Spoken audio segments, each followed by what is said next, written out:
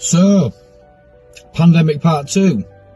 The World Health Organization have just announced that they're investigating China and a flu-like pneumonia pandemic style outbreak in China that's only affecting children.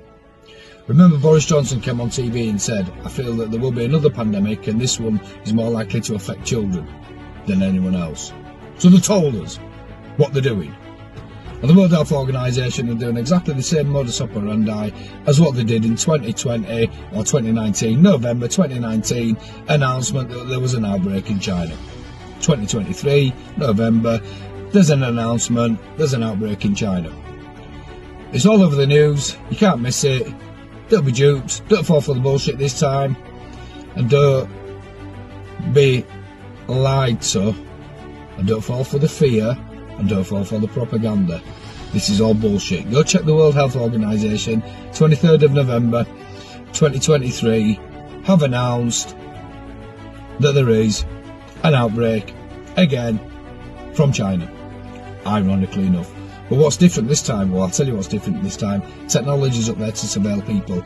The West have got millions of young fighting age men in their countries to police the World Health Organization's global takeover of our sovereignty, our freedoms, our justice systems and our lives in the name of greater good. You have been warned, people. It's going to happen again. They're going to try scam us again, but this time they've got tougher, more stricter regulations and people to enforce those regulations in place. So, forearmed is forewarned. You have been warned, people. Please don't fall for this shit again.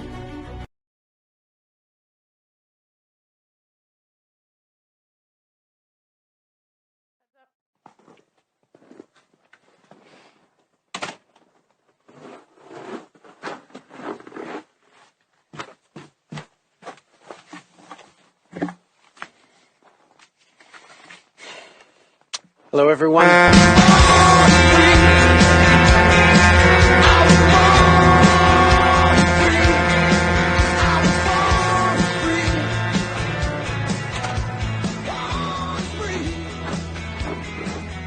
Joe Biden has repeatedly lied to the American people about his family's corrupt influence peddling schemes.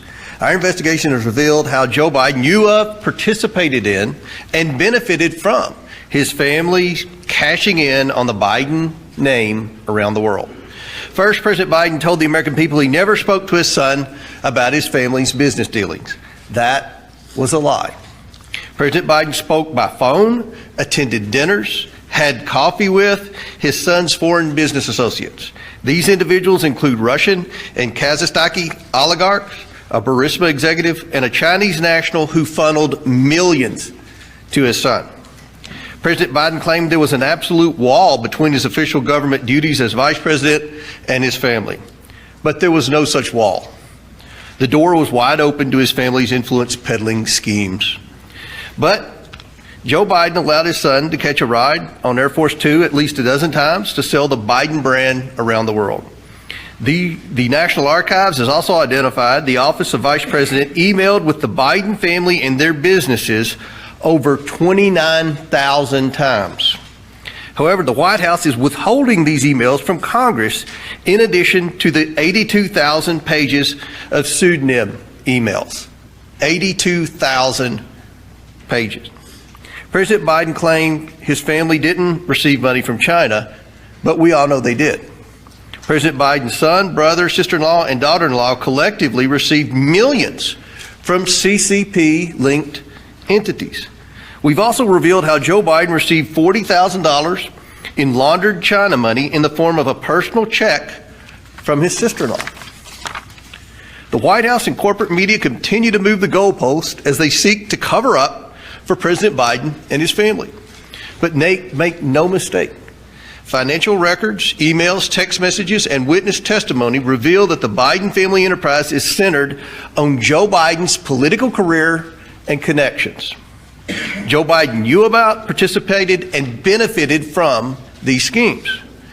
This is a national security threat at the highest level of government, and Americans demand accountability for the Biden corruption. Over the next 2 months, our committees will interview members of the Biden family and their associates about this record of evidence. We expect full compliance with our lawfully issued subpoenas. No one is above the law, even if your last name is Biden. Our committee will first interview and depose witnesses.